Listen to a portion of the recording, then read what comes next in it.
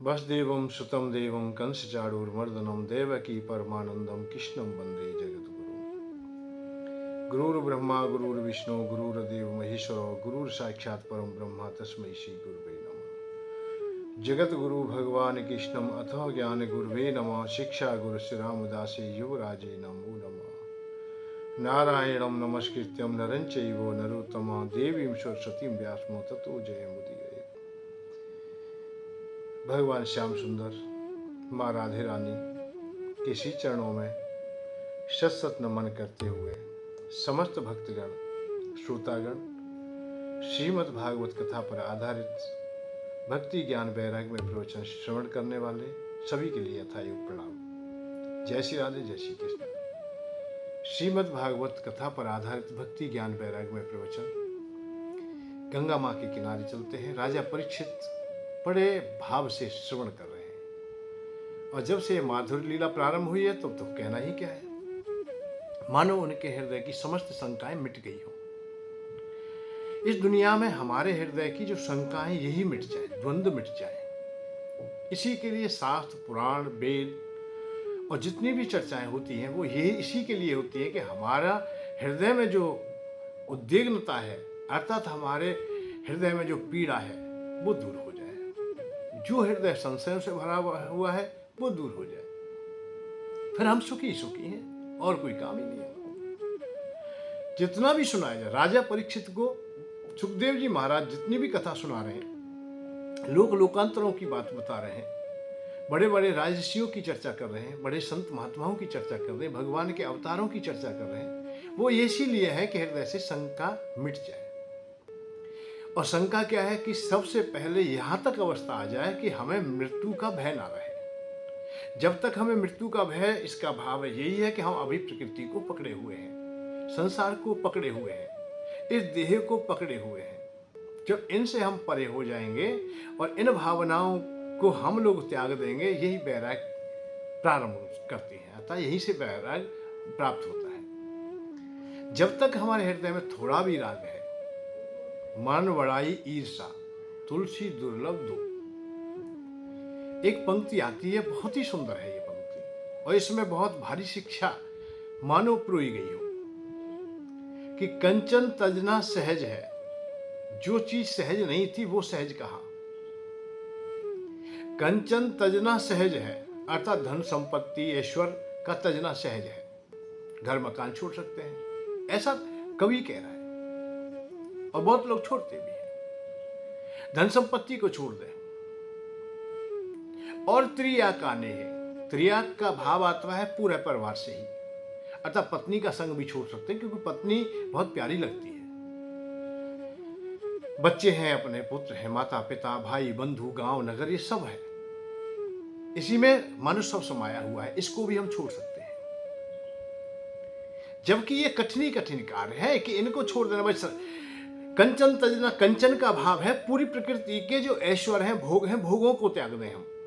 भाई भोग कहीं ना कहीं बने रहते हैं, कहीं ना कहीं इच्छाएं बनी रहती हैं, मानस कुछ ना कुछ तो हमारे हृदय में रहता ही है कि ये प्राप्त कर लें, ये प्राप्त कर लें। पर तुलसी बाबा कहते हैं कि इन सबको करने के बाद हो सकता है कि इन्हें कर भी लें हम लोग, पर मान बढ़ाई ईर्षा तुलसी दुर्लभ दो।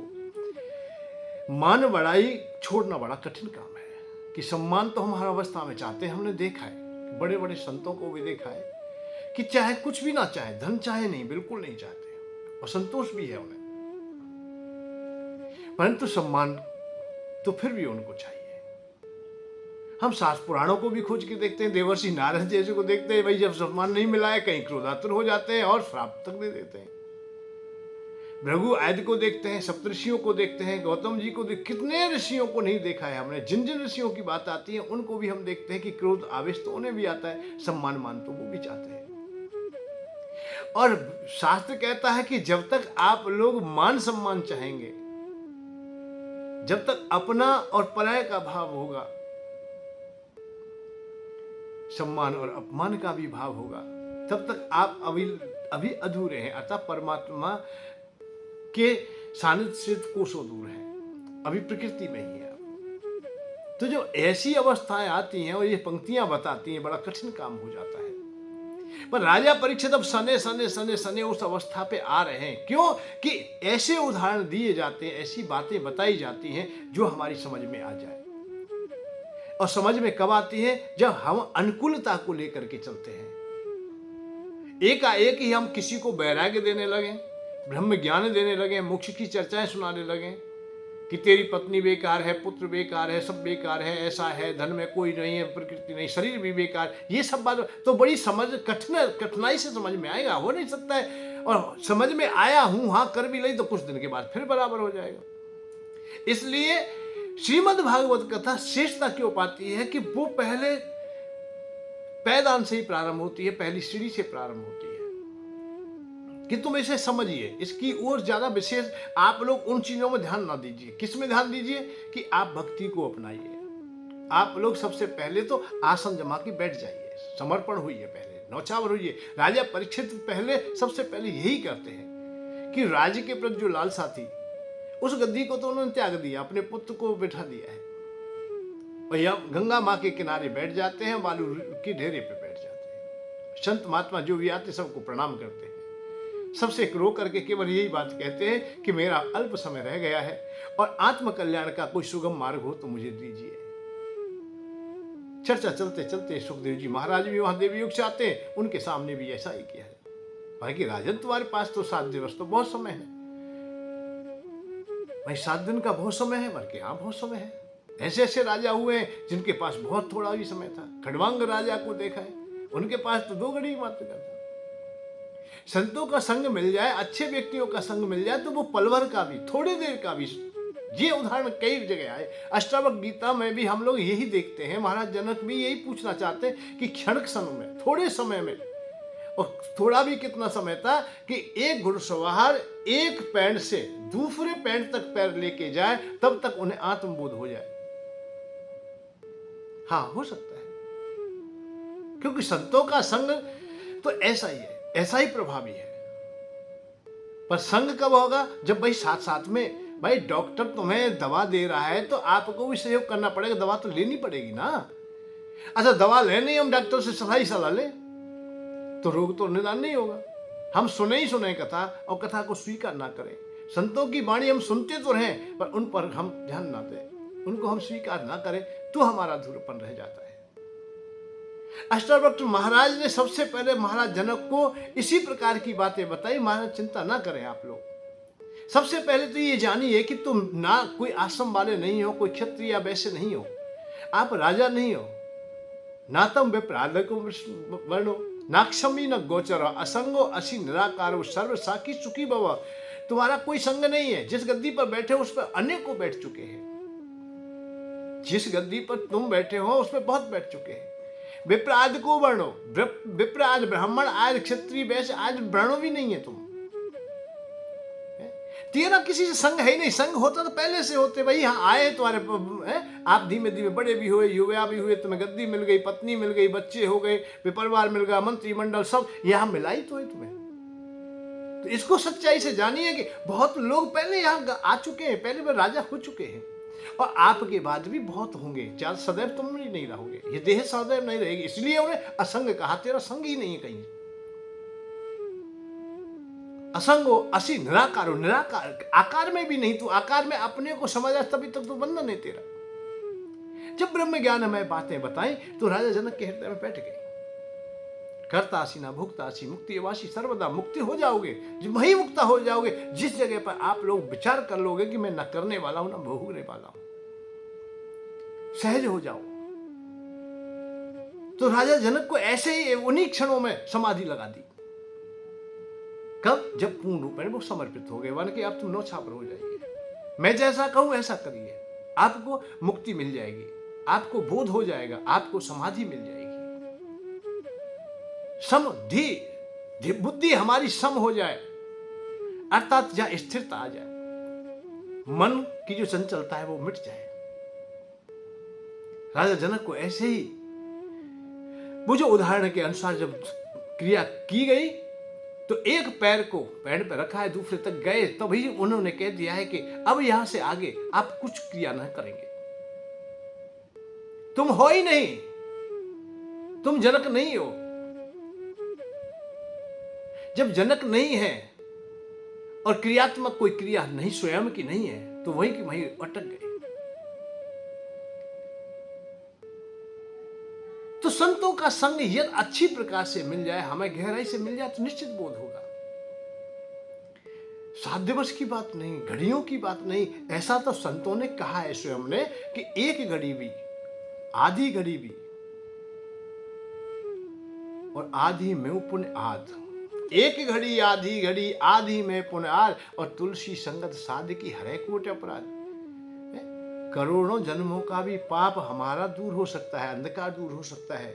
कब? जब हम लोग भगवान के लिए पूर्ण रूप में समर्पित हो जाए, अच्छे संतों का संग मिल जाए जो पूर्ण रूप में आनंदित है, तो वो आनंद बांट देंगे। केवल परेशानी यही बात आती है कि हम लोग अपने को सही प्रकार से क्यों नहीं ले पाते, क्योंकि हम कहीं ना कहीं अपने को सही रूपांतर में बांट नहीं पाते, समझ नहीं पाते, हम दे नहीं पाते।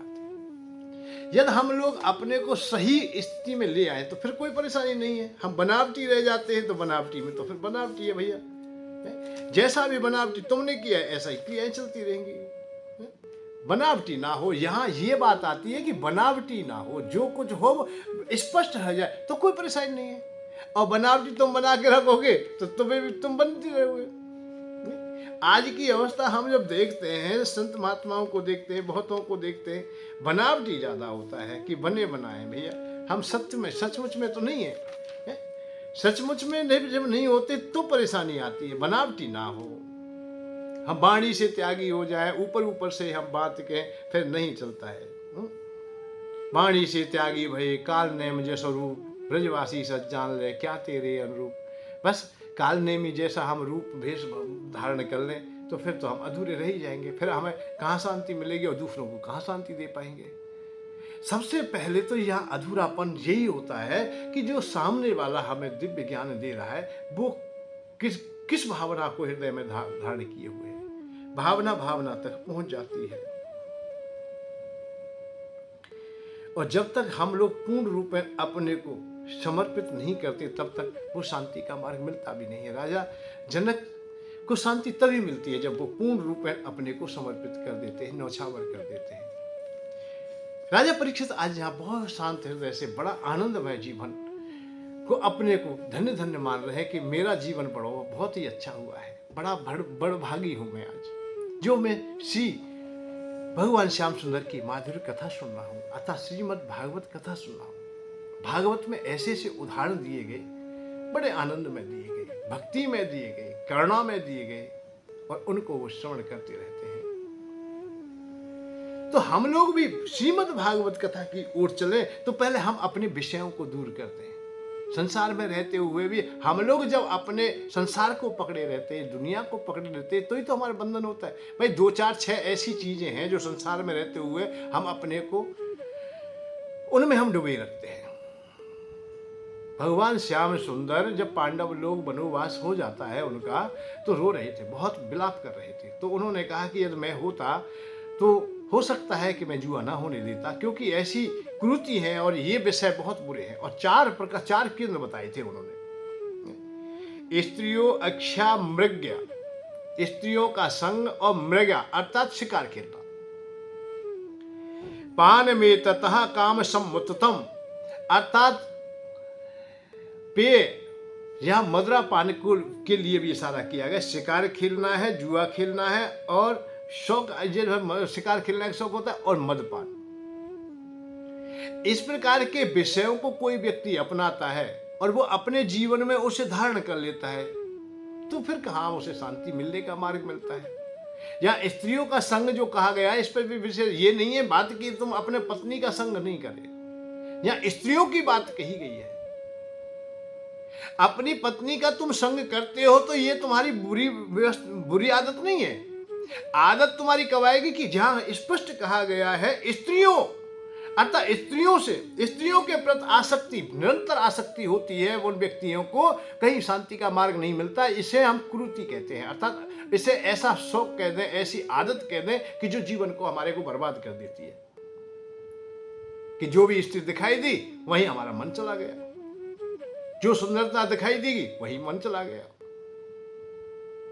इससे क्या होगा कि अब तुम्हारे जीवन का सब पूर्ण रूप में जो भी लक्ष्य है वो सब खत्म हो जाएंगे।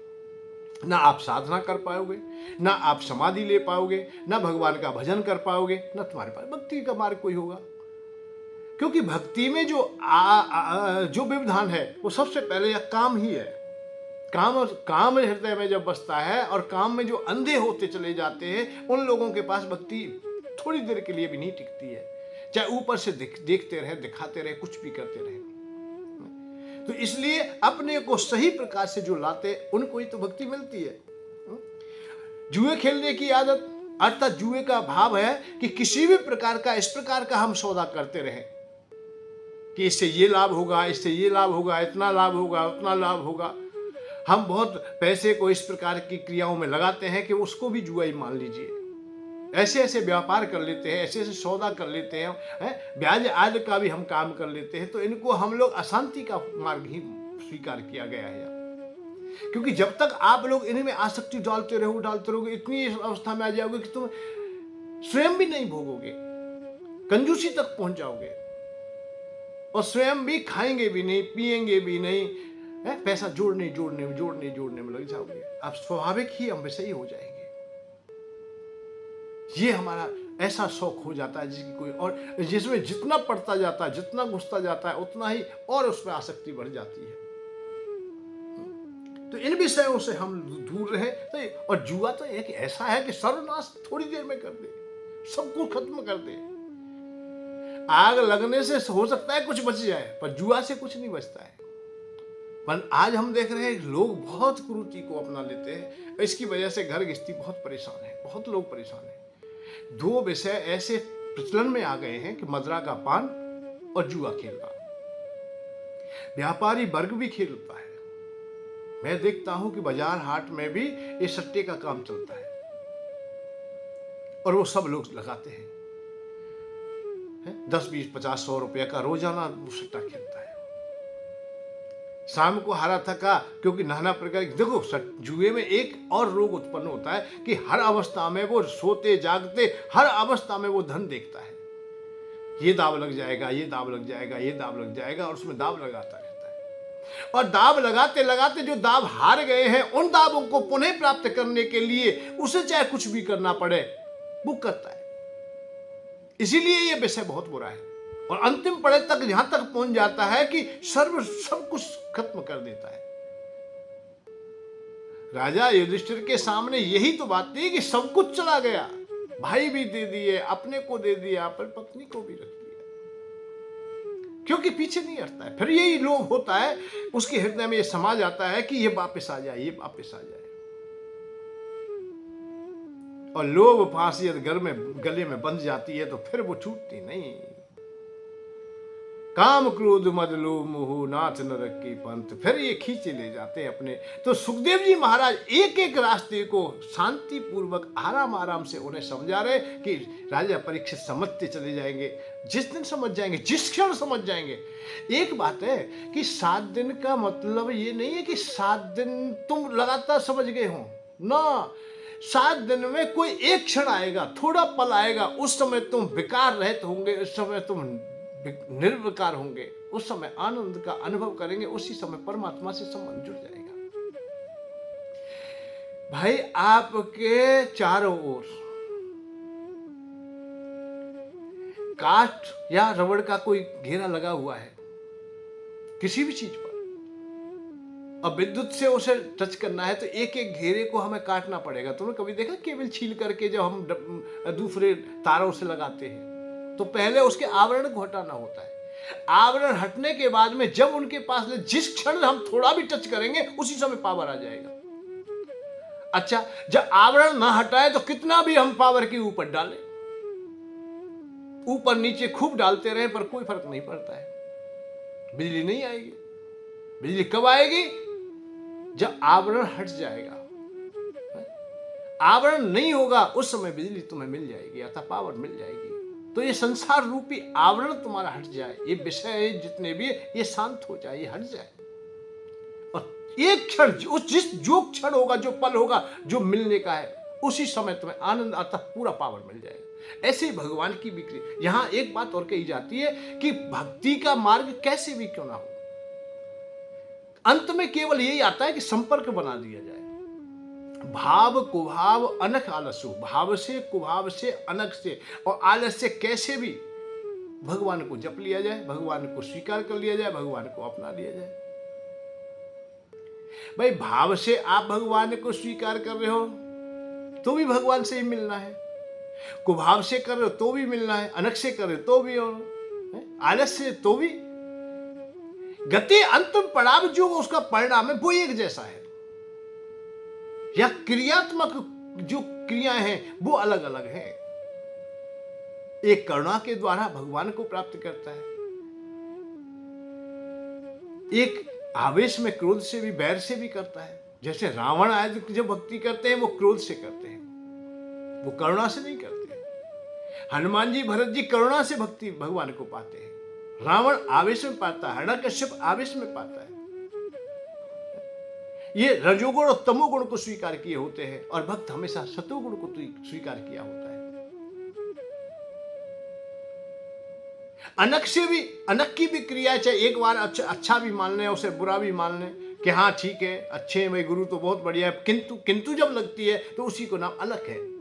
अनखता जब आती है कि एक कभी भाव हमारे ऐसे आते हैं कि बहुत अच्छे व्यक्ति हैं वो, और दूसरे में आ जाते हैं नहीं मैं है तो कमी तो है, ये तो है हमारे गुरु जी में कमी, ये अनख भाषा आ जाती है। जैसे पूतना के हृदय में अनख भक्ति समा जाती है कि जब जा रही है तो दुष्ट के पास से आई है, अर्थात कंस ने भेजा है, हृदय में भी दुष्टता है, बच्चों को मारना चाहती है, पर जैसे जैसे नजदीक जाती है उनके हृदय में ममता पैदा हो जाती है, क्योंकि वो सुंदर रूप धारण करती है, अपने आंचलों से विष लगाती है, आंचलों से जो विष लगाती है, आंचलों का जब स्पर्श होता है तो उनमें स्वाभाविक ही ममता उत्पन्न हो जाती है। जब ममता हो जाती है तो वो मारना नहीं चाहती है, क्योंकि अब पुत्र को कैसे मारूं। तो भाव और कुभाव दोनों साथ साथ में चले। काना तेरी माता बन गई, माँ को गले लगा ले तू, सुत बिछो सह नहीं सकते, अपने धाम पठा दे तू। ऐसी कौन सी जननी होगी, कौन सी माँ होगी जो दूध पिला के अपने बच्चों को मारेगी। तू अब तो मेरा कल्याण कर दे, माता मेरी सहायता कर, तत्काल पूतना बन जा तू, माता तेरा दूध पिया है, ब्रज की सहायता बन जा तू। अरे माँ तेरा दूध पिया है मैंने, तू मेरी सहायता कर। तू नकली मां बन के खड़ी है, असली मां बन जा, अर्थात असली पूतना बन जा, मैं तेरा उद्धार कर दूं। तो यह अनख भक्ति जो दो भाव उत्पन्न हो जाते हो, एक बार भाव आता हो, एक बार कुभाव आता हो। आलस में पड़े, जैसे जड़ भरत आदि की भी बात आती है, किसी भी बात है, शब्द भगवान की आती है। ये भी ना हो तो आप लोग एक उदाहरण और समझेंगे कि जैसे बिजली का तार पड़ा है कहीं, अब आप लोग भाव से उसे छुए तो भी वो अपनी तरंग छोड़ेगा, और क्रोध में उसे छुए कि आप चिमटा लेकर के, भूख नहीं ले, कोई हथियार लेकर के लोहे का ही ले ले, या नंगे हाथों उसे स्पर्श करे, मारे तेजी से क्रोध होकर के, तू कैसे जा पड़ा है, तो भी वो अपनी तरंग छोड़ेगा। भाव से भी छोड़ रहा है और कुभाव से भी छोड़ रहा है, अनख से भी छोड़ेगा, और आलस में वही लुढ़क जाए तो भी अपना वो काम करेगा। जब स्पर्श हो जाएगा तभी तुम्हें तो पूरी तरंग मिल जाएंगी। ऐसे भगवान की भक्ति की बात है कि 7 दिन से कथा सुने, 7 दिन तुम्हारे पास भगवान रहे या भगवान तुम्हारे हृदय में रहे, नहीं, ऐसा नहीं। जिस क्षण तुम्हें पूर्णता मिल जाएगी, अर्थात पूर्ण करुणा मिल जाएगी, पूर्ण प्रेम मिल जाएगा, अपने को न्यौछावर कर देंगे, तो उसमें से कोई भी घड़ी हो सकती है। एक घड़ी आधी घड़ी, आदि में पुनआद, और तुलसी संगत साध की हरे कोट अपराध, करोड़ों जन्मों का पाप सह चला जाएगा। कब? जब संपर्क हो जाएगा। तो राजा परीक्षित को सने सने उसी अवस्था में आ रहे हैं कि जिससे कि पूर्ण समर्पित हो जाए, और उसी को संपर्क माना जाता है। तो इसलिए उन्होंने दशम स्कंद तक अनेकों कथा सुनाई, बहुत उदाहरण दिए, और भगवान श्याम सुंदर की कथा तब सुनाई जब परपक्ष हो गए, सुनने के योग्य हो गए। आज की कथाओं का प्रभाव क्यों नहीं पड़ता है? बात इस विषय की है कि कथा तो बहुत कही जा रही है, निरंतर कथा चल रही है। अब तो ऐसे यंत्र चल गए हैं कि आज हमने कथा कह दी, उसे वर्षों तक सुनते रहिए। हाथ में कथा है, मोबाइल में कथा चल रही है, टेलीविजन में चल रही है, फिर वक्ता प्रवक्ता भी बहुत है आज। कलयुग में वैसे किसी भी चीज की कमी नहीं रही है। हम जब छोटे छोटे थे तो वस्त्रों की भी कमी थी, पहनने के कपड़ा नहीं था, खाने को अन्न नहीं था, रहने को मकान नहीं था। तो राजा लोग भी आवाज लगाते थे कि जिसके पास रोटी है, कपड़ा है और मकान है, वही आनंद में है। रोटी, कपड़ा और मकान, ऐसी आवाज लगाई जाती थी। आज रोटी भी बहुत है, कपड़ा भी बहुत है, मकान भी खूब है। तो हर चीज को देखते हैं हम, हर चीज बहुत है, बहुत आत्म में बढ़ रही है। हम जो छोटे छोटे थे, और की और बात छोड़िए, जो छोटे थे तो बंदर दिखाने वाले आते थे, पूरा गांव इकट्ठा हो जाता था। बंदर का तमाशा जब दिखाते थे, जब गांव पूरा इकट्ठा हो जाता। और देवयोग से कोई छुट्टा खुला, कोई साल में 2 साल में कोई गांव में बंदर आ जाता था, तो पूरा गांव उस बंदर के पीछे पीछे घूमता था, बंदर आया, बंदर आया, बंदर आया। क्योंकि जब मदारी दिखाने आता था तो वो तो कुछ लेता था, अब वो फ्री में देखने को मिल रहा है, तो इसलिए हम पढ़ने भी नहीं जाते थे, बंदर के पीछे पीछे घूम रहे। और आज हम देखते उसी गांव में, नगर में हजारों बंदर घूम रहे, कपड़ा लत्ता सबको लेके भाग रहे। इतने एक बंदर है जिसकी कोई सीमा नहीं। जब हम छोटे थे उस समय वक्ता प्रवक्ता बहुत, कोई कोई कथा कहने वाला था, कोई प्रवचन करने वाला था। उस समय पूरा गांव इकट्ठा होकर के कथा सुनता था। माइक भी नहीं था, फिर भी पूरे लोग सुन लेते थे। बहुत गर्मी पड़ रही है, हाथ में पंखा और आसन अपने साथ में ले जाते। पूरा दिन कथा चलती, बहुत अच्छे समय तक चलती। शाम को प्रसाद बांटा जाता, बड़ा आनंद आता था उसमें। आज बहुत आत्म है, वक्ता प्रवक्ताओं का भी कोई कमी नहीं। बड़े बड़े पांडालों में कथा है, बड़े बड़े यंत्रों को लगाया जाता है, बहुत विशाल यज्ञ हो रहे हैं, बहुत धन खर्च होता है। तो कमी आज किसी भी चीज की नहीं है। आज तो वक्ता प्रवक्ताओं की कमी नहीं है, परंतु कोई ना कोई कमी तो रही होगी जो समझ में कम आता है हमारे में। आज हम देख रहे हैं कि जब हम आज से हम पीछे जाएं, 20 साल, 30 साल, 40 साल, 50 साल पीछे हटके आप लोग देखेंगे तो वृद्धाश्रम देखने को नहीं मिलते थे, नाम ही सुने थे। वृंदावन धाम में भी नहीं, कोई सरकार ने खोल दिया, कोई ऐसा कोई आ जाए, कोई परेशान है, कोई बात है। आज हम देख रहे हैं वृद्धाश्रम बहुत खुल रहे हैं, गौशालाओं का बहुत निर्माण हो रहा है, मंदिरों का बहुत निर्माण हो रहा है, निरंतर चल रहा है, ये सब काम चल रहे हैं। परंतु हम इतना सब कुछ होने के बाद भी हम देखते हैं कि हमारी समझ में कम क्यों आ रहा है। इतना वक्ता प्रवक्ता प्रवचन सुना रहा है, फिर भी हमारी समझ में नहीं आया। भाई समझ में आता तो वृद्धाश्रम की आवश्यकता ही नहीं होती। वृद्धाश्रम हमारी समझ में नहीं आया, तभी तो उसकी उत्पत्ति हुई है। गौ पे प्रवचन किए जा रहे हैं, कथा सुनाई जा रही है, गौ कथा, गौ भक्त, गौ कथा, गौ भक्त। फिर भी हम लोग गौशालाओं खोलने में लगे हुए हैं, निरंतर खोल रहे हैं, रात दिन खोल रहेंगे। इसका मतलब है कि हमारी समझ में नहीं आया। तुमने जो प्रवचन किया वो समझ में नहीं आया। ये किया होता तो हम भी पाले होते। हमारी भी इच्छा होती कि ये गाय हमारे यहाँ भी रहे, हम भी गौ माता का ही दूध पिएंगे, हम भी गौ के घी से ही आरती करेंगे, पूजा करेंगे, पाठ करेंगे। पर ना, समझ में नहीं आया, समझा नहीं पाए। हमारे हृदय में ये कथा बैठ गई होती, समझ गए होते हम, रामायण हमारे में हृदय में आ गई होती, श्रीमद् भागवत कथा हमारे हृदय में आ गई होती, तो माता पिताओं को हम छोड़ते क्यों हम छोड़ देते कहीं? हम दूसरों के सहारे अपने माता पिता को हम दर की ठोकर खाने पर लाचार क्यों करते हैं? आपने कथा सुनाई, हमारी समझ में नहीं आई, और कथा तो खूब सुनाई और ज्यादा सुनाई, बड़े बड़े यंत्रों से सुनाई, रात दिन सुनाई, एक करके सुनाई, परंतु हमारी समझ में नहीं आई। समझ में आई होती तो हमारे माता पिता दर की ठोकर ना खाए होते। आज पशु की भांति जैसे गौशालाएं खोली जा रही हैं, पशुशालाएं खोली जा रही हैं, ऐसे ही वृद्धशालाएं खोली जा रही हैं, उनमें पशु की भांत डाल देते हैं, पटक देते हैं। अरे एक बात कभी जाना है, जब तुम अपने माता पिता की सेवा ना कर सके, उसमें अपने को अधूरा पाया है तुमने, तो पराया क्यों करेगा भाई? और नौकर में और सेवक में तो बहुत फर्क होता है। सेवा तो सेवक कर सकता है और नौकर तो चाकरी करता है। वो तो घड़ी देख रहा है, 5 बजे तक ही रहूंगा मैं, 4 बजे तक ही रहूंगा, इतनी देरी में सेवा करूंगा, उसके बाद मैं क्यों करूंगा सेवा? करूंगा तो रूखे मन से करूंगा, क्योंकि भीतर से तो कर नहीं रहा है, वो तो अर्थ का दास है, अर्थ के कारण कर रहा है, पैसे के कारण कर रहा है। और पैसे का देने का समय हो गया, भाई 4 बज गए, अब तो मैं जा रहा हूँ। 4 बजे, 4:15 बजे अब वृद्ध को पेशाब लगा है, अर्थात उसे मलत्यागना है, या भूख लगा है, या पीड़ा है कोई, अब कोई मना, अब नहीं कर सकते भाई, हम पूरे दिन तो हमने काम किया, अब नहीं करेंगे, क्योंकि वो सेवक नहीं है। विशेष बड़ा मना इस बात की है कि वो ही वृद्धाश्रम खोल रहा है जो प्रवचन कर रहा है, जो बता रहा है कि शास्त्र हमारा ये कहता है कि माता पिता की सेवा करनी है।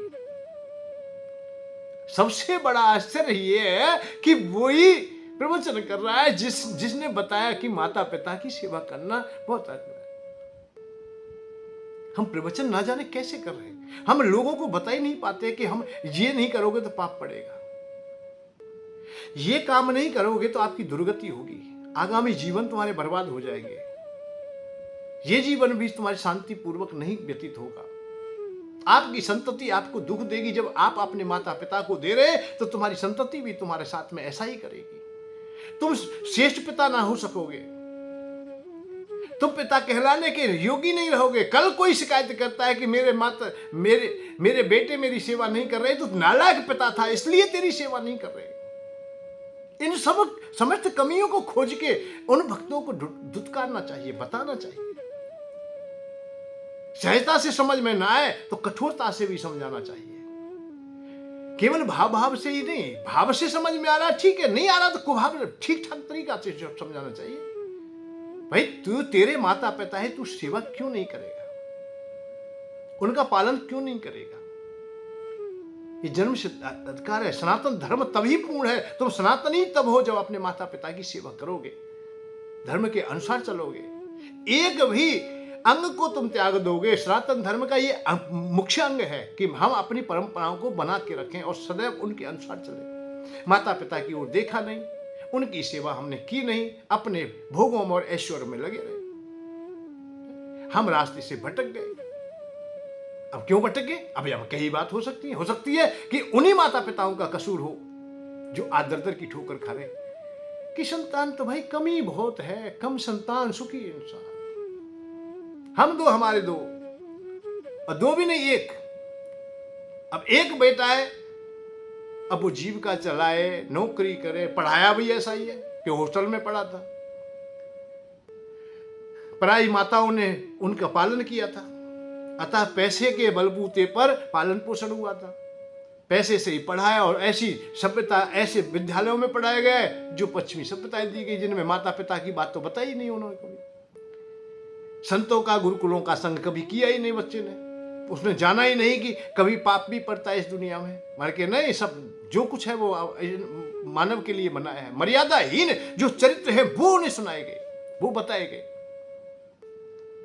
हम विवाह भी एक समझौता के आधार से कर लेते हैं, जबकि हमारा विवाह हमारी सनातन धर्म संस्कृति के अनुसार होता है। तो कई जन्मों का संग है, हम एक दूसरे का साथ देते हैं, हम किसी भी अवस्था में नहीं छोड़ते हैं। स्त्रियों को भी ये बताया जाता है कि कैसा भी पति क्यों नहीं है, फिर भी उसका संग करना है, हमें उसके साथ रहना है। अंधे बद्र क्रोधी यत जीना, रामायण पढ़े होते तो हम जानते कि आपत्ति काल में पति है तो संग देंगे। आज यदि नारी को पता चल जाता है कि हमने सुना था इनके पास खेत ज्यादा था, मकान था, आज कम नहीं है या बिक गया है, कोई मजबूरी आ गई तो छोड़ के भाग जाती है, कि इसके पास कुछ नहीं, अब मैं क्या करूंगी। समझौता संपत्ति से हो रहा है। ये कारण क्या है कि हमने बताया नहीं। तो जहां जहां कमियां हैं उनको हमें समझना चाहिए। हम मंदिरों को बना रहे हैं पर मंदिरों को समझ ना सके, भगवान को समझ ना सके, मंदिर बहुत बन रहे। किसी भी तीर्थ में चले जाए, कहीं भी चले जाए, अयोध्या में चले जाए, मथुरा में जाए, काशी में जाए, हरिद्वार जाए, जहां जाए, गिरिराज जी जाए, जहां कहूं जाए, जबकि हर तीर्थ की एक गौणिकता है, स्वाभाविक ही एक गुण है कि उसमें कोई ना कोई प्रधान देवता वास करता है। जैसे काशी जाएंगे शंकर भगवान वास करते हैं, और वृंदावन में आएंगे तो बांके बिहारी वास करते हैं। गिरिराज जी में जाएंगे तो गिरिराज जी, मेहंदीपुर बालाजी जाते तो बालाजी। भाई स्वाभाविक बात है, हम लोग जहां जाएंगे हम देवी माँ के पास में जाते, वैष्णो जी जाते, वैष्णो माँ है, माँ प्रधानता उन्हीं की है। फिर अनेकता की बात क्यों हो रही भाई? क्यों बना रहे हो मंदिर भाई? वृंदावन में हजारों क्या लाखों मंदिर बनेंगे, कितने बनेंगे? जितने घर नहीं उससे ज्यादा मंदिर है। तो भगवान के प्रति हमारी आस्था भी कमजोर हो गई। हम समझ ना सके कि मंदिर का निर्माण क्या हो। जब बिहारी जी वृंदावन में है, सबको वहीं जाना चाहिए, वहीं दर्शन करने चाहिए, उसका विस्तार होना चाहिए, सब लोग वहां बैठ करके उपासना करें, जिससे हमारा भी प्रेम है और भगवान का भी प्रेम हमारे पास नजदीक आए। हमने भगवान को भी बंटवारे में बांट दिया। हम कथा ना सुना सके, हम समझा ना सके और हम समझ ना सके।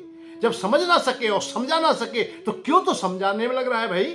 जब समझा ना सका फिर क्यों समझ रहा है? वृंदावन में रह के चंदा मांग रहा है कि मैं मंदिर बनाऊं। क्यों बनाता है मंदिर भाई? मंदिर जब बिहारी जी हैं तो फिर तू क्यों बना? तेरी समझ में कुछ ना आया तो सुनने वाले की में क्या आ जाएगा? उन्हीं शिष्यों को जो तू बता रहा है, जिनको तू कथा सुना रहा है, उन्हीं के माता पिताओं के लिए तू वृद्धाश्रम खोल रहा है। जो तेरे थे, जो तेरे शिष्य थे, तुम्हें जो जानते थे, आपको वो जानते हैं, आप उनको जानते हैं। उन्हीं से चंदा लेते हैं कि तुम्हारे माता पिता की सेवा हम करेंगे। बड़ा दुख होता है कि आपने कथा सुनाई नहीं, क्योंकि हृदय से कथा नहीं निकली। वो बनावटी थी, ऊपर ऊपर से थी। हृदय से होती तो माता से बढ़कर के कौन देवता होता, पिता से बढ़कर कौन देवता होता हमारा। रामायण पढ़ी होती तो पिता की बात को रखने के लिए भगवान जो चक्रवर्ती राजा होने जा रहे थे, सुबह प्रातः काल गौवेला अवधपुर राजा प्रातः बन को गए, पिता की बात रह जाए। सौतेली माई है परंतु मां तो है, मां ने जो चाहा है उनकी इच्छा की पूर्ति हो जाए, छोड़ दिया। धन संपत्ति के बारे में जानते भाई भाई का कैसा प्रेम रहेगा, कैसी अवस्था रहेगी, तो भरत भैया को हम पढ़ते, हम समझते, तो हम क्यों लड़ते? श्रवण कुमार को हम जानने का प्रयत्न करें।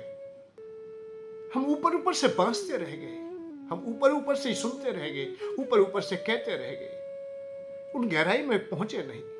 उन माता पिता की लाचारी मजबूरी तक हम पहुंचे नहीं है, या हमने अपनी वाणी के द्वारा जो सुनाया वो पहुंचाया नहीं। हमने कहा ही नहीं, हृदय से बोला ही नहीं। हृदय से बोले होते तो हृदय तक शब्द पहुंचे होते।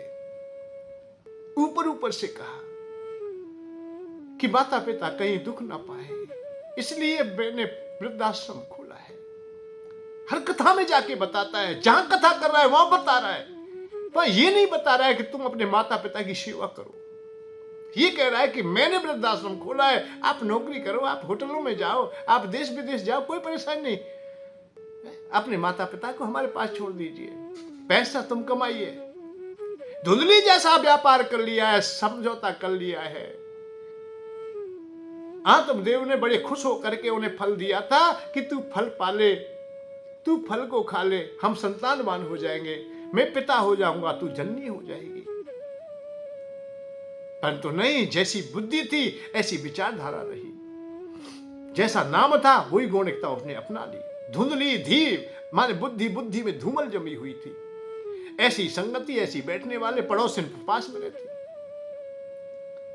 उसको अपनी पीड़ा बताई कि मैं संतान पैदा नहीं करनी चाहती, पर पति चाहता है, पति बगैर संतान के रहेंगे नहीं, मैं अपने रूप को बिगाड़ूंगी नहीं। तो समझौता, भाई समझौता तो बना है।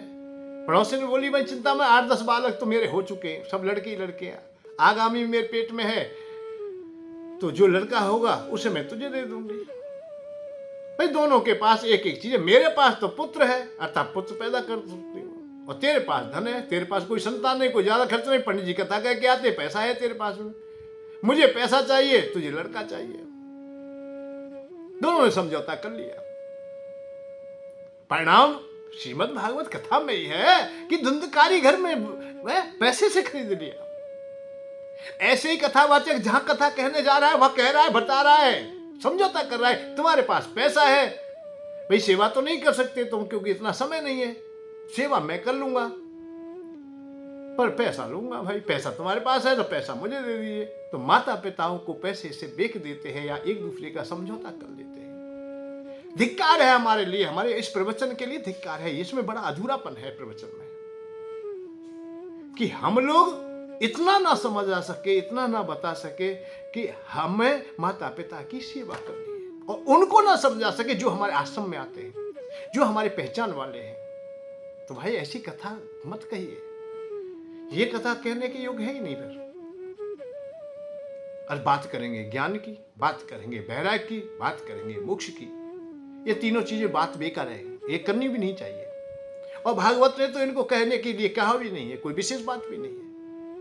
भागवत ने तो यही बात स्पष्ट इस प्रारंभ में कह दी कि मैं प्रारंभ ही भक्ति से होती है। अहम भक्ति रीति ख्याता एमो में तनियो में ते ज्ञान वैराग्य नामानु काल योग निजर जरा। मेरे दो पुत्र है जिनका नाम ज्ञान और वैराग्य है। कौन कह रही? भक्ति, अहम भक्ति रीति ख्याता, इसी नाम से जानी जाती है। भक्ति के पुत्र हैं दो, ज्ञान और वैराग्य। जब एक बात बताओ, जब जाको पुत्र है, पुत्र हम मैया नोट देना पुत्र तो आप आ जाएंगे।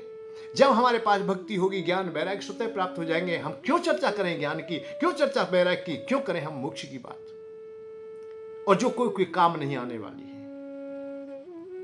तो शास्त्रों को हम लोग गहराई से देखें, उनको हम पलट के देखें, अपने हृदय तक आने लें। जब हमारे हृदय तक आ जाएंगे तो परम शांति का मार्ग मिल जाएगा। और हृदय तक नहीं आए तो कुछ नहीं मिलेगा, कितनी भी बार कथा सुने। एक दिन एक विद्वान कह रहे थे, हमारे बहुत अच्छे गुरुदेव हैं, बहुत सुंदरता से वो कथाओं का कथा करते हैं वृंदावन धाम के अंतर्गत। हम देखते हैं कि त्रिपाठी जी हैं, और राजेंद्र जी की जहाँ सत्संग में उनकी चर्चा चल रही थी। राम कृपाल त्रिपाठी जी बहुत अच्छे परम उच्च कोटि के विद्वान हैं। तो वो श्रीमद् भागवत कथा का यही उदाहरण वो दे रहे थे कि जब तक हमारे हृदय तक कथा ना पहुंचे, जब तक हम हृदय तक उसे न पहुंचा पाए या समझ ना पाए, तो फिर उस कथा का कोई लाभ नहीं है, उस सत्संग का कोई लाभ नहीं है। सत्संग वही जो हमें सत्य से जोड़ दे, हम समझ सकें। और भैया परमात्मा की समझे या ना समझे, हम पहले घर गृहस्थी की, संसार की समझ जाएं, बस इतना ही बहुत है। और नहीं तो हमारा जीवन तो व्यर्थता की ओर जा रहा है, कोई भी कुछ नहीं मिलेगा। कैसा तमाशा चल रहा, झूठ सच को छल रहा, मानव से बनता आदमी अब देवता को खल रहा। इस ओछे संपन्न के सामने कितना झुके कितना सहे, सब कुछ तुम्हें मालूम है और तुमसे क्या कहे। वैसे सबको मालूम तो है, सबको ज्ञात तो है, सब स्वयं जानकारी तो रखते हैं। वो भी समझ रहे हैं जो कह रहे हैं, और सुन रहे हैं वो भी समझ रहे हैं कि सत्य क्या है। सत्य तो माता पिता की सेवा ही है, सत्य तो गौ माता की सेवा ही है, सत्य तो भगवान की भक्ति है, मंदिर बनाना नहीं है। मंदिर तो बना हुआ है। वृंदावन में जाए तो बिहारी जी हैं, फिर अनेकों की बात क्या है। गिरिराज जी जाए, वहां गिरिराज जी हैं, फिर अनेक की बात क्या है। आप भी जान रहे हो, मैं भी जान रहा हूं, सब कुछ जान रहे हैं। फिर बात कहां रह जाती है, कमी कहां रह जाती है कि हम जानते सब कुछ तुम्हें मालूम है और तुमसे क्या कहें। टूटे थके हारे हुए, सौंदर्य के मारे हुए, उखड़े हुए सैलाब से मझधार में कब तक बहे, सब कुछ तुम्हें मालूम है और तुमसे क्या कहें, क्या कहें। मंदिर ही मंदिर है यहाँ, क्या ढंग है आखिर यहाँ, दो बूंद आंसू तक नहीं, अरे प्रेम की खातिर यहाँ। कभी यहाँ मन रमता नहीं, किस जगह किस नगर जाकर रहे, सब कुछ तुम्हें मालूम है और तुमसे क्या कहे, क्या कहे, क्या सुने। जो तुम्हारा हृदय मानता है उसे कहिए, आपका हृदय चाहता है वो कहिए, ऊपर से मत कहिए, ऊपर से सुनिए भी मत, वही सुनिए, वही सुनने के लिए स्वीकार हुई कीजिए। यदि आपका मन नहीं स्वीकार कर रहा है कि यह बात ठीक नहीं है, तो आप कह दीजिए, आपको शांति का मार्ग मिल जाएगा। राजा परीक्षित शांति की खोज में है, उस आनंद की ओर आप भी चलेंगे। जय श्री राधे, जय श्री कृष्ण। धन के साथ धर्म की ओर, सुख की खोज।